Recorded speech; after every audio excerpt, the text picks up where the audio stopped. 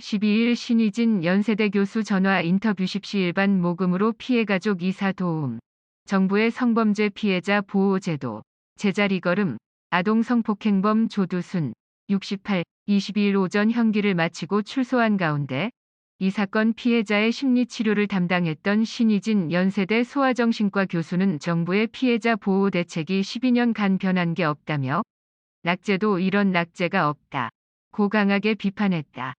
신 교수는 이날 오후 한국일보와의 통화에서 출소한 조두순 사진을 보니 12년 전에 비해 머리카락이 하얗게 변한 거 외에는 달라진 게 없다 면서 당시 사건이 떠오를 만큼 참담하고 착잡하다고 밝혔다.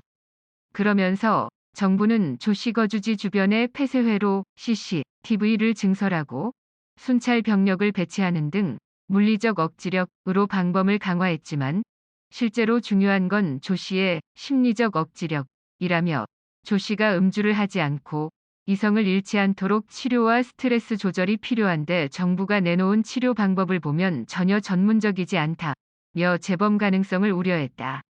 실제로 정부가 피해 당사자 보호를 위해 아무런 대책도 내놓지 못한 사이 신 교수가 회장으로 있는 한국성폭력학대예방협회의 모금 활동 덕에 피해 가족은 지난달 말 경기 안산을 떠나 새로운 보금자리를 마련했다.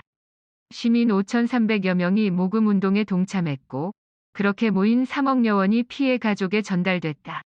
신 교수는 10월 말만 해도 피해자와 그 가족은 또다시 조두순과 마주쳐야 한다는 생각만으로 트라우마를 재경험했다 고 말했다.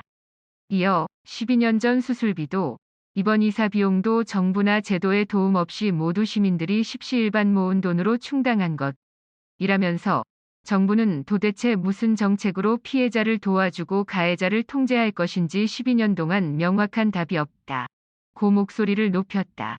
신 교수는 이에 가해자에 대한 보복 대신 성범죄 예방과 피해자 보호와 관련한 제도 개선에 대해 시민사회가 더 관심을 기울여줄 것을 당부했다. 신 교수는 저라고 직접 가서 조두순을 때려주고 싶지 않겠느냐 면서 하지만 조두순을 죽여버리겠다, 응징하겠다는 것은 야만적인 방법이다. 상대가 야만인이라고 야만적인 방법을 사용해서는 안 된다 고 지적했다. 그는 또한 감정적 소모 대신 합리적으로 고민하고 정부 정책을 비판하고 꼼꼼히 따지며 그 울분과 슬픔을 승화해야 한다며 피해자가 자신이 안전하고 보호받고 있다고 느낄 수 있는 법과 제도를 다지고 또 그 마음들을 피해자들에게 나눠줄 수 있는 방법을 고민하자 고 말했다. 실제로 조두순 사건의 피해자 나영희, 가명는 지난 1일 열린 이사 비용 기금 전달식에서 부모님을 통해 많은 분들의 성원에 감사하다는 내용이 담긴 짧은 편지를 전달했다고 한다. 신 교수는 피해자의 편지에는 이렇게 많은 도움을 받은 만큼 저도 나중에 다른 범죄 피해자들에게 도움을 주고 싶다 고 적혀 있었다 면서 성범죄 피해자에게 지원이 없는 참담한 현실을 바꿔야 한다 고 강조했다.